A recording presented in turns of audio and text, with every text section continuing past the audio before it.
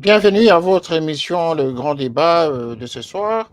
Nous allons le plaisir en tout cas de vous annoncer que nous allons faire une émission spéciale sur la situation en République démocratique du Congo, notamment la recrudescence de l'insécurité et de la violence justement qui se répète en République démocratique du Congo dans sa partie Est. Ce soir, nous avons le plaisir de vous présenter un invité qui va parler avec nous en direct, M. Sassita, avec lequel nous avons eu à discuter ici il y a 3 semaines, qui revient encore aujourd'hui pour nous parler de la situation qui se passe du côté de Rutshuru, parce qu'actuellement, il s'y trouve justement dans les lieux des massacres actuellement en République démocratique du Congo.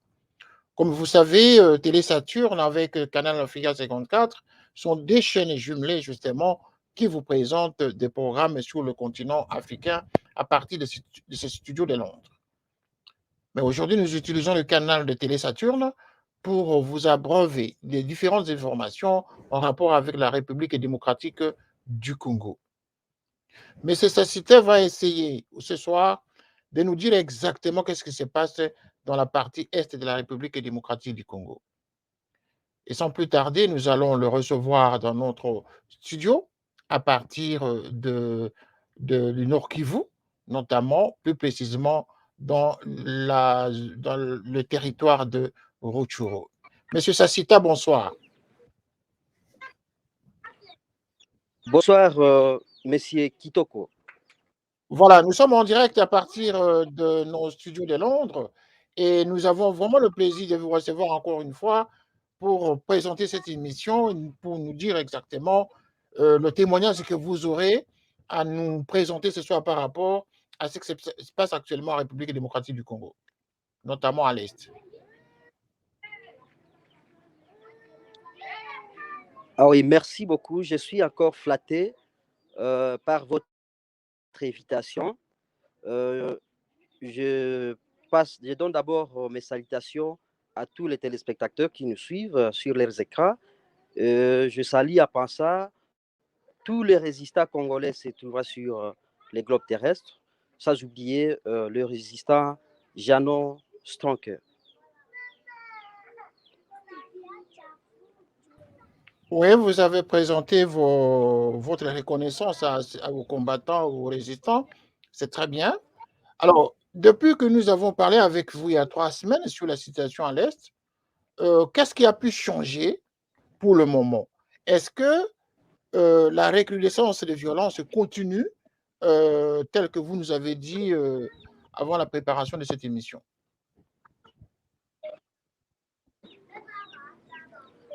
Et d'entrée de jeu, j'aimerais faire les parallélismes.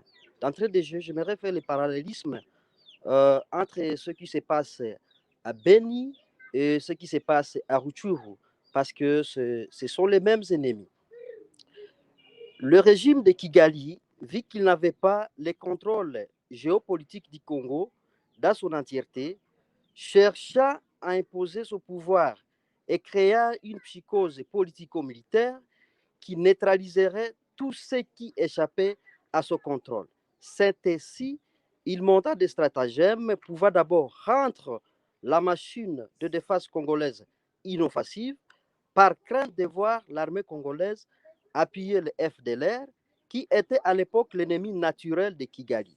Toutes ces stratégies ont eu succès grâce à l'obéissance de Joseph Kabila au sommet de l'État. En 2007, pendant que les Niélé semaient désolation aux Équatoriens, alias Joseph Kabila écrivit un télégramme qui interdisait à la FARDC l'usage des armes lourdes. Selon lui, OTA avait déjà interdit la fabrication et usage des armes que la RD Congo détenait à l'époque, à part le PKM, le RPG-7 et quelques mortiers comme mortier 60. Sur ordre du bourgeois Comprador de Kingakati, toutes les armes lourdes furent détruites et les restes ramassés par la garde républicaine.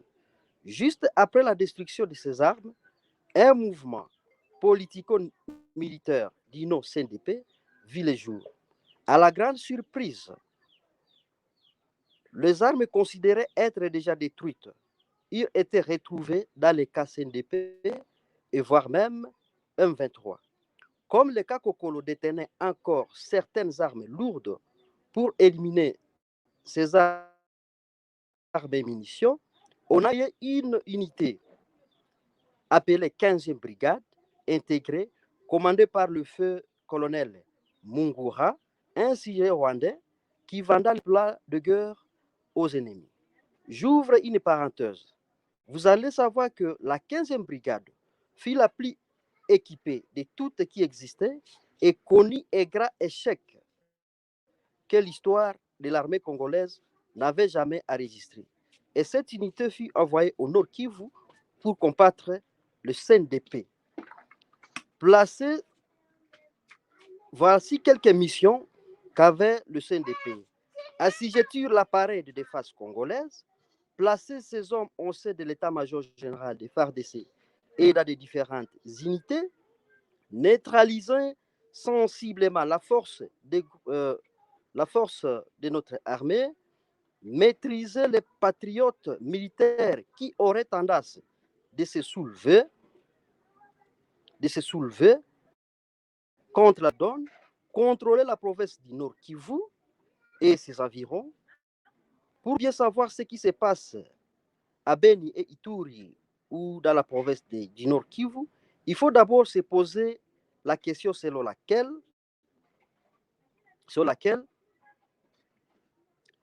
pourquoi après que le M23 ait été défait, alias Joseph Kabila, Kabange et ses généraux ont lancé une opération contre les ADF NALU qui ne constituait pas menace à cette époque, alors qu'il était prévu continuer avec la traque des groupes rwandais de connotation rwandaise se trouva dans le Petit Nord, notamment les FDLR et les Nyatour.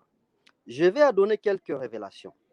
En fait, Kagame constata que le FDLR n'était plus nocif à ce régime parce qu'il aurait déjà amorcé la neutralisation de certains hauts gradés du dit mouvement, comme Kaliste Sabimana, le deuxième vice-président du mouvement rwandais pour le changement démocratique, MRCD, qui s'exilait aux Comores, fit torturer en lui donnant un sérum de vérité, une pratique interdite par la charte de l'ONU.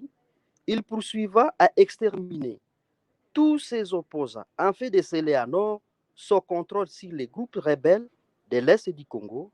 L'assassinat s'en est suivi jusqu'à l'élimination de Kaliste Mbarushimana, qui fit un secrétaire exécutif du FDLR, Ignace Mwarashaka, né le 14 mai 1963 à Butare, district de Ngoma, au Rwanda, est mort le 16 avril 2019 en Allemagne, un militaire rwandais.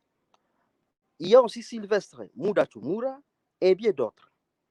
Paul Kagame détourna alors stratégiquement l'attention de Kabila et ses généraux de ne plus s'attaquer aux FDLR car ils étaient déjà au service de Kigali, d'où l'impératif de lancer une offensive contre les ADF NALU originales parce que, selon lui, les Grands Nord échappaient à ce contrôle. Le plan d'extermination de véritables ADF NALU est bien entendu le résultat du labo Kagame Museveni. Sa dernière affirmation de la probable connexion des ADF aux FDLR n'était qu'un alibi, lui offrant la porte de déployer ses hommes au Congo, comme son mentor de l'Ouganda l'a déjà fait. 6 points saillants sortirent de leurs officines, en savoir mutualisation de forces rwando-ougandaises à clandestinité, pendant que Kampala se querellait médiatiquement au point de fermer la frontière rwando-ougandaise, l'ambassadeur du Rwanda restait en fonction à Kampala, vice-versa, voire même les enjeux de guerre. Les 4 hélicoptères que le Rwanda avait achetés à la Russie firent monter en Ouganda en 2021. Création de nouveaux mouvements similaires aux ADF dans les zones où les ADF originales sont actifs. L'opinion doit savoir qu'au-delà du groupe de ZDF traditionnels connus en Baou, Eringeti et Kamango, depuis 1989, le faux ZDF est devenu très actif. Juste après la mort du général Baouma, ce faux ZDF fit recruteur d'une partie des communautés rwandophones réfugiées jadis chassées de la Tanzanie, d'autre part de la communauté Konzo et Nande dans le secteur Rwenzori du côté ougandais et congolais. Étouffer l'économie Nande, c'est un plan qui a bien réussi, car depuis le régime d'Alias Joseph Kabila jusqu'à nos jours, il y a certains faits qui ne se comprennent pas dans la région de Beni-Lubero, où les Nandes peuplent à 90%. La douane de Kassindi reste la plus chère de toutes les douanes de la République démocratique du Congo, et pourtant les Nandes sont généralement des commerçants importateurs. Pour déclarer un sac de farine de 25 kg à Kassindi, on demande 4 dollars. À Bunagana, c'est 1,5 à 2 dollars. Les Nandes ne sont que des agriculteurs avec le mouvement des hommes armés. Dans les territoires de Beni, tous les champs ne sont plus accessibles. Les cacao des paysans se font piller et vendus à vil prix en Ouganda jusqu'à nos jours. Une autre mission, c'est l'élargissement du rayon d'action jusque dans la province orientale de Mampré. En 2013 et 2014, pendant l'attaque de ZDF a commencé, on assistait au mouvement de population économique de Massissi vers Boga. Ces gens se sont transformés en un groupe armé appelé à tort ou raison Banyabusha. Même dans l'appellation, il y a des cacophonies, car aucun citoyen de Boucha ne s'était déplacé vers Boga. Ce n'était que de l'embrouillon prémédité par les officines rwandais avec quelques infiltrés congolais. Entrée officielle de la force militaire ougandaise sur le territoire congolais. Depuis qu'ils sont déployés au Congo, les massacres ne font que continuer. Il y a trop d'inquiétudes à ces points. On y reviendra prochainement avec les détails. Évaluer des activités. Ici, c'est Kagame Museveni qui sortiront gagnants, car aucun citoyen rwandais, ni ougandais, n'est tué ou se faire déplacer dans cette crise. Ce ne sont que des Congolais, précisément ceux de Rutshuru, Lubero, Beni, Djougou et Mahagi. De la même manière, Museveni s'inquiéta de la cohabitation qui existait entre les Nandes et les véritables EDF Nalu. Kagame, à son tour, s'inquiétait de la cohabitation pacifique FDLR et la population Hutu, communément appelée ici à Rutshuru Banyabisha. Voilà ce qui plane de façon stationnaire la confusion dans les têtes de plusieurs analystes sur l'identité de ceux qui sèment désolation à la population de Ben et Tour. Pour les uns, ce sont des enfants du terroir qui s'entretuent. Pour les autres, c'est un mouvement djihadiste MTN, voire même certains les appellent les taxes, attaquent ce mouvement aux FRDC et MONUSCO. Faisons maintenant le parallélisme ou hypertexte de ce que je venais de révéler quant aux baffes punitives récurrentes contre les positions FARDC dans les territoires de Rutshuru, à Tchanju, Mbuzi, Runyonyi, Tchengerero, Bukima, Bunagana, où je suis. Faudrait-il attribuer ces attaques aux M23 ou au Rwanda? Avant d'aborder cette question, j'aimerais lever l'équivoque sur ce que les gens appellent le courage exceptionnel de notre armée d'avoir dénoncé tout haut que les M23 agressent la RDC sous la bénédiction du Rwanda. Je pose à nos téléspectateurs et analystes, y a-t-il différence entre M23, les Rwandais et Ouganda sur le plan agression de la RD Congo? Je suis convaincu qu'il n'y en a pas. Alors, cessez de plagier. Que ce soit les Rwandais ou l'Ouganda, tous y sont pour apaiser leur appétit. Les problèmes du Congolais, c'est d'oublier les faits historiques en les remplaçant par les applaudissements. L'Ouganda qui porte sur sa tête des millions de mètres cubes de sang des Congolais, sans oublier la guerre de 6 jours de Kisangani, avec le cimetière de Simesime, aujourd'hui, il s'est fait passer à un séraphin, au point de séduire le monde, s'il était possible. Pour ceux qui croient à un antagonisme entre l'Ouganda et le Rwanda, se trompe la cible. Le Rwanda est un pays frère à l'Ouganda et ils ont non seulement une relation diplomatique, mais plutôt une consanguinité et une vision commune. À dépit de divergences médiatiques de l'un et l'autre, le M23, le FDLR, EDF et tous les groupes armés de connotation ougando-rwandaise se trouvant sur le sol congolais sont un résultat d'une relation extra-conjugale de Museveni et Kagame. Les Voilà. Rwanda et Ouganda Monsieur jouent la Alain Zouko, politique je de la pense que souris, vous des avez rongés bel et bien à souffle. expliqué. Nous sommes à la télé, Voilà il nous reste 10 minutes d'émission. Mais il va falloir que nous donne revenions peut-être prochainement pour que vous terminiez votre présentation. Mais les téléspectateurs aimeraient vraiment savoir concrètement, enfin, je veux dire, dans la pratique, dans la réalité actuelle, dans la zone où vous vous trouvez actuellement au niveau de l'Est. Vous êtes à Rutshuru, n'est-ce pas? effectivement, je suis à Rutshuru dans le village de Bunagana. Voilà. Donnez-nous en détail quelles sont les circonstances dans lesquelles vous vous trouvez là-bas et comment les populations traversent ces moments difficiles.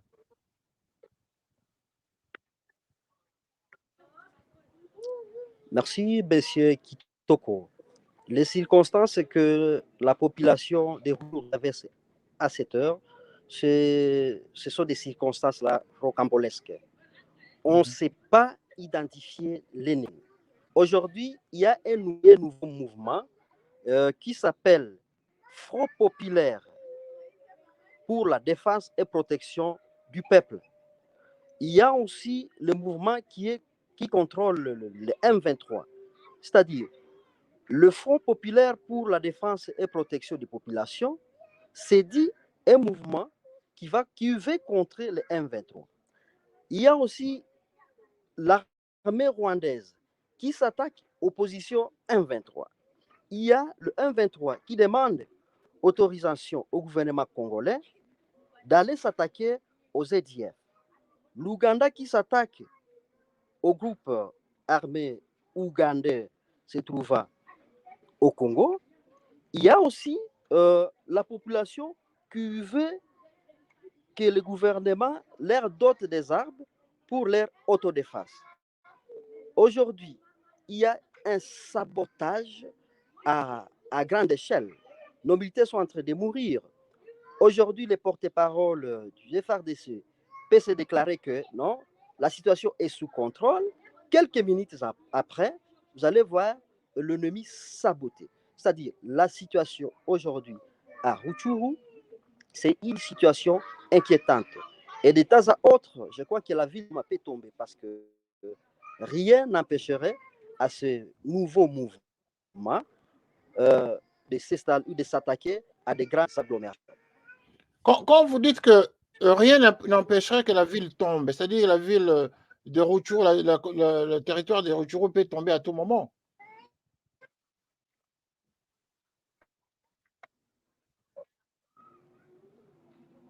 Oui? Vous pouvez répéter la question, s'il vous Vous plaît? voulez dire que Rutshuru peut tomber dans les mains de ces rebelles?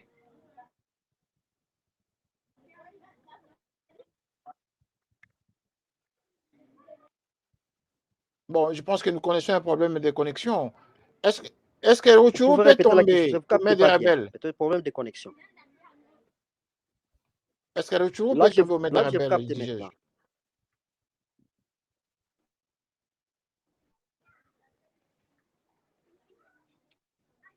Vous disiez tout à l'heure que rien n'empêche que Rutshuru tombe aux mains des rebelles, c'est ça?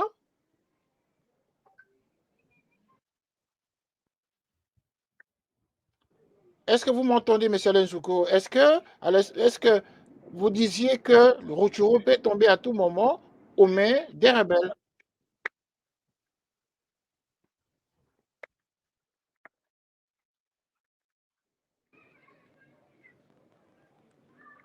Effectivement, parce que je ne vois pas ce qui empêcherait à ces mouvements de s'attaquer à des grandes agglomérations. D'autant plus que il y a un problème aussi de l'appareil de défense de l'armée congolaise. C'est-à-dire, je crois qu'il faut tenir fort. Mais sinon, la situation peut s'empirer à tout instant. La situation peut s'empirer, mais la situation a commencé déjà à s'empirer parce que nous allons un extrait d'un élément qui montre comment les populations sont en train de fuir les zones de combat. Alors, je vous prie de regarder ce petit élément pour 30 secondes. Hein. Vraiment, paniki mwana letana hope njia Kisangani, ile ko njia Kisangani, watu banatoka ver Mangusu ile biko enda ver Mungamba. Hapa deja tuko kutakumanza. Vraiment affaire iko vraiment mediocre. Ukiona tu ile njo nombre ba population benye biko na kimbia nipata podio kule yulu sinilisinyalia asubuhi paniki mwana leta na ngambo huku kwetu kia kwenda Kisangani. Vraiment iko affaire mwone kisi ba population banateseka, mwone kisi baikimbia kisi banateseka. Ile deja banasinyale banasema banalu baisha ingia ver po Ituri benye na relie komanda kia Kisangani njo deja banaingia ndani. Nous nous excusons en tout cas hein, pour les conditions techniques qui nous arrivent à ce moment-ci dans la diffusion de cet élément. Hein. Sinon, c'est la démonstration qui prouve qu'actuellement, la situation du côté des Rutshuru n'est pas assez agréable par rapport à la situation d'insécurité que traverse cette partie de la République démocratique du Congo. Et nous avons ici un expert, M. Ntsuko Sassita, expert en matière de sécurité, défense et sécurité, qui nous en parle à partir de Rutshuru. Et il est toujours avec nous en tout cas, et il va nous confirmer ces éléments. Monsieur Ntsuko, Alain, comment vous interprétez ces images-là? Est-ce que c'est la réalité actuellement dans la zone où vous vous trouvez?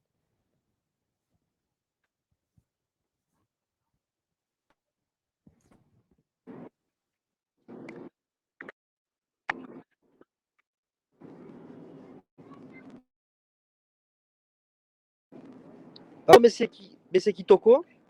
Oui, j'ai posé la question de savoir si l'élément que nous venions de lancer à l'antenne, la vidéo, que nous venions de voir les populations entrer dans tous les sens, est-ce que c'est ça la réalité actuellement dans la zone où vous vous trouvez?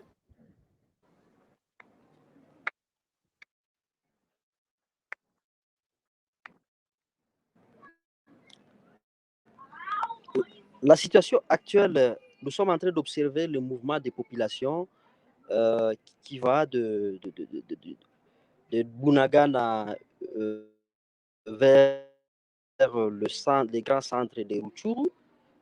La population donnait crédit aux FRDC lorsqu'ils disent qu'ils auront les contrôles de toutes les zones, c'est-à-dire Tchanju, Mbuzi, Runyoni.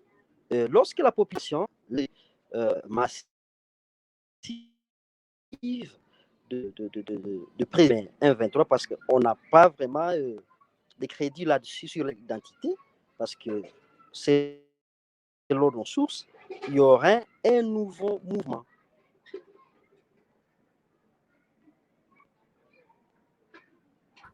Ok, je pense que nous allons terminer l'émission à ce niveau-là.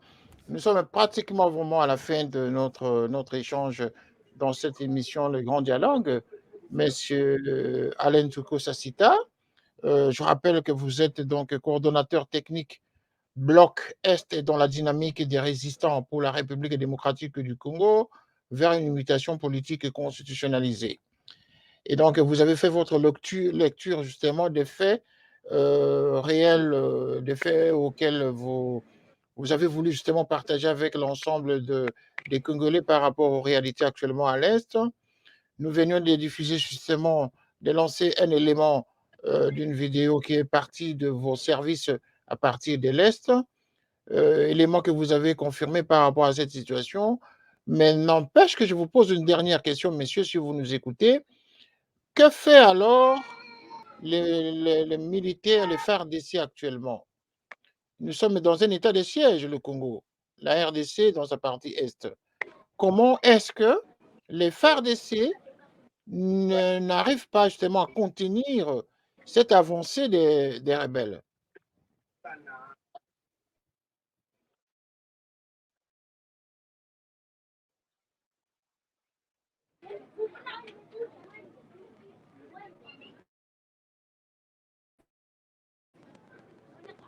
La lecture de mon analyse par rapport à la situation qui se passe ici, j'ai épinglé quelques points selon lesquels l'armée congolaise a déjà été rendue faible.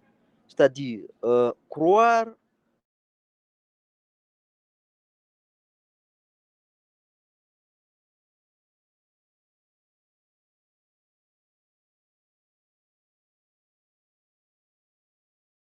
Voilà, je pense que nous ne pouvons pas continuer, hein. Nous sommes pratiquement à la fin de l'émission, nous annonçons par la régie. Monsieur Alain Zouko Sassita, vous êtes expert en matière de sécurité, défense et renseignement. Votre message est passé. Malheureusement, les conditions techniques ne nous ont pas permis d'avoir tous les éléments que vous auriez aimé en tout cas diffuser pendant notre échange. Nous allons essayer de revoir techniquement qu'est-ce qui n'a pas marché de votre côté, mais sinon, vous êtes encore une fois chez vous. Lorsque vous aurez à revenir pour nous parler un peu plus sur la situation à l'est de la République démocratique du Congo. Et nous sommes vraiment très attentifs à parler avec vous, à parler également avec tous les Congolais qui sont à l'est de la République démocratique du Congo pour nous en parler de plus en plus. Mais si vous nous suivez, en tout cas, la question que je venais de poser à la fin de l'émission, c'était de savoir quelle est la place de FARDC actuellement, car nous savons que l'est du Congo est sous un régime spécial donc, de l'armée et l'état d'urgence, et l'état d'urgence, l'état de siège, tout ce que vous voulez.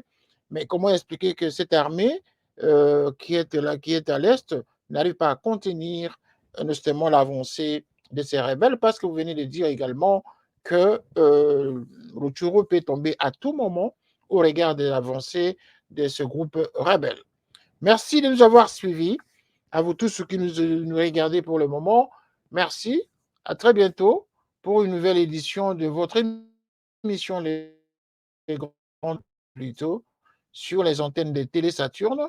Et c'est avec plaisir que nous allons encore une fois revenir pour parler avec M. Alain Zouko, Alain Zouko, qui est expert justement en défense et sécurité dans sa structure à l'est du Congo. Merci de nous avoir suivis et à très bientôt pour une nouvelle édition. Au revoir.